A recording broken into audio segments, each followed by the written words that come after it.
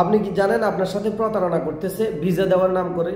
আপনার কাছ থেকে লক্ষ লক্ষ টাকা হাতিয়ে নেবে এই ভিসা দেওয়ার নাম করে। দেশ এবং বিদেশ থেকে, ইউএই থেকে বা যে কোনো জায়গা থেকে যারা দেখতেছেন, আজকের ভিডিওতে আলোচনা করব এই যে প্রতারণা নিয়ে।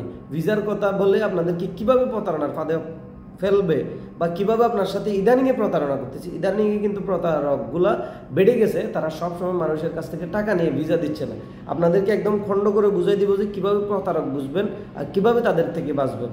তো চ্যানেলে যদি নতুন হয়ে থাকেন অবশ্যই একটা সাবস্ক্রাইব করে যাবেন, পরবর্তী যে কোনো ভিসার আপডেট আপনাদের কাছে পৌঁছে যাবে ইনশাআল্লাহ। তো চলুন ভিডিও শুরু করি। প্রথমে বাংলাদেশ থেকে যারা আসার চিন্তা ভাবনা করতেছেন তাদের উদ্দেশ্যে কিছু কথা বা তাদের সাথে যে প্রতারণাটা হবে সেটা নিয়ে কিছু কথা বলতে চাই, এইটা পরে দেখবো ইনশাআল্লাহ। প্রথমে তাদেরকে বলে রাখি, তারা বলতেছে, বেশিরভাগ আমাকে কমেন্ট করতেছে বা হাই প্রফেশনাল ভিসা চালু আছে কিনা, সার্টিফিকেট দিয়ে হচ্ছে কিনা। মানে তাদেরকে বোঝানো হয়েছে যে সার্টিফিকেট দিয়ে ভিসা হচ্ছে, হাই প্রফেশনাল ভিসা চালু আছে, আমরা করতেছি, টাকা দাও। 4-5 লাখ টাকা আপনাদের সাথে কন্ট্যাক্ট করবে, কন্ট্যাক্ট করার পর আপনাদেরকে নিয়ে আসার কথা বলবে। দেখেন, বাংলাদেশের এখনো পর্যন্ত ইউএইতে ভিজিট ভিসা, ফ্যামিলি ভিসা, তারপরে লেবার ভিসা সব বন্ধ, একদম সব বন্ধ। হাই প্রফেশনাল ভিসা খোলা আছে, কিন্তু সেটা হচ্ছে আপনার 20%, 10%। আপনার যাদের অরিজিনাল সার্টিফিকেট আছে তাদেরগুলো পর্যন্ত অনেক সময় হচ্ছে না, রিজেক্ট আসতেছে।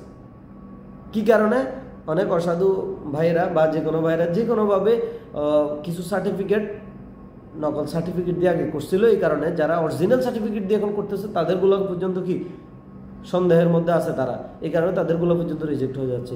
সো হাই প্রফেশনাল ভিসা যারা বলতেছে আপনাদেরকে দিবে, তারা যদি একান্ত আপনার আত্মীয় স্বজন, বাবা অথবা ভাই না হয়, লেনদেন করিয়ে না বাজাতে। কারণ আত্মীয় স্বজন হইলেও লেনদেন করিয়ে না। কি কারণে? এই আত্মীয় স্বজন কিন্তু সে নিজে ভিসা প্রসেসিং করবে না, সে আরেকজনের কাছ থেকে ভিসা নিবে। ঠিক আছে? ভিসা যার কাছ থেকে নিবে সেই আসলে জিনিসটা প্রতারণা করবে। আপনার আত্মীয় স্বজন যাকে টাকা দিবেন সে তাকে টাকা দিয়ে দিবে, এরপরে ওই ব্যক্তিটার থেকে আপনি টাকা ফেরত পাবেন, এটা আমি বিশ্বাস করি না। ইউএইতে আপনার কাছে টাকা ফেরত দিবে এরকম 1% মানুষ আছে, 1-2%, আর বাকি এই 98%, 99% আপনাকে টাকা ফেরত দিবে না যদি আপনি টাকা দিয়ে দেন। এই টাকা মেরে খেয়ে দিবে যদি ভিসা না হয়। সো বাবা ভাই একান্ত আত্মীয় স্বজন না হলে আপনি ভিসা লেনদেন করবেন না, ভিসার টাকা লেনদেন করবেন না। ঠিক আছে? আত্মীয় স্বজন হলেও করেন না, কারণ হাই প্রফেশনাল ভিসাগুলো এখন খুব কম হচ্ছে। সো হয়তো ওয়েট করেন, না হয় কোনো টাকা লেনদেন করিয়েন না। ঠিক আছে?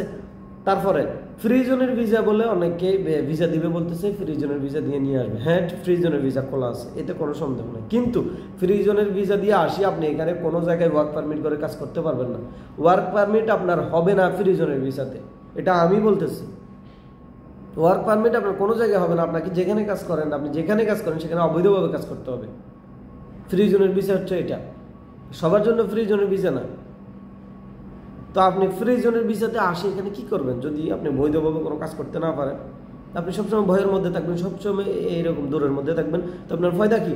যে কোনো টাইমে যদি হয়তো অনেক জায়গায় কাজ করতেছেন, যে কোনো টাইমে হয়তো সিআইডি ধরে ফেলছে আপনাকে, সোজা দেশে ভাড়া দিয়ে 4-5 লক্ষ টাকা আপনার শেষ, এখানে শেষ। তো কি হইলো? এই কারণে আপনাদেরকে সতর্ক করতেছি, বাংলাদেশ থেকে যারা আসতে চাচ্ছেন একটু ওয়েট করেন। হয়তো ভিসা কোনো প্রসেসিং বা খোলার একটা দেখতেছি আমরা, হয়তো খুলতে পারে, হয়তো নাও খুলতে পারে। তো একটু ওয়েট করেন আর প্রতারণার জালে পা দেবেন না। এই ধরনের কথা যারা বলতেছে হাই প্রফেশনাল ভিসা দিবে, আপনার সার্টিফিকেট না থাকলেও দিবে, থাকলেও দিবে, এদের ফাঁদে পা দেবেন না। আপনার লক্ষ লক্ষ টাকা হারাবেন না, এটা আপনাদের কাছে অনুরোধ। যদি একান্ত আত্মীয় স্বজন বাবা ভাই থাকে তাহলে তারা করবে প্রসেসিং, সমস্যা নেই। কিন্তু এটার হচ্ছে যে 20%, বেশিরভাগ রিজেক্ট আসতেছে। ঠিক আছে? তো আশা করি ব্যাপারটা বুঝতে পারছেন। ইউএইতে যারা আছেন তাদের সম্পর্কে আর বলা লাগতেছে না, আসলে প্রতারণা কী জিনিস তারা দেখতেছে, সচক্ষে দেখতেছে। সো যেখান থেকে ভিসা নেন একটু দেখে শুনে নেবেন। ট্রান্সফার চালু হয়েছে বলে অনেকের কাছ থেকে টাকা নিচ্ছে, এটা থেকে সাবধান থাকবেন, কারণ ট্রান্সফার এখনো হচ্ছে না। ঠিক আছে?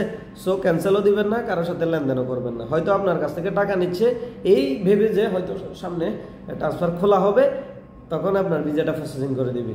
এটা কবে খুলবে এটা কোনো ধারণা নাই, আপনার টাকাটা এভাবে পড়ে থাকবে যতদিন ট্রান্সফার না খুলে, এটা মাথায় রাখবেন। সো ভিডিওটি এতক্ষণ যারা দেখতেছেন আশা করি বুঝতেছেন কীভাবে আপনাদের সাথে প্রতারণা করতেছে বা প্রতারণা জাল তারা ফেলছে। তো আশা করি ব্যাপারটা বুঝতে পারছেন। এতক্ষণ ধৈর্য সহকারে যারা দেখতেছেন সকলকে ধন্যবাদ। আবার বলছি, যদি চ্যানেলে নতুন হয়ে থাকেন অবশ্যই একটা সাবস্ক্রাইব করে যাবেন, যাতে পরবর্তী যে কোনো ভিসার আপডেট সবার আগে আপনাদের কাছে পৌঁছে যায়। ধন্যবাদ সবাইকে।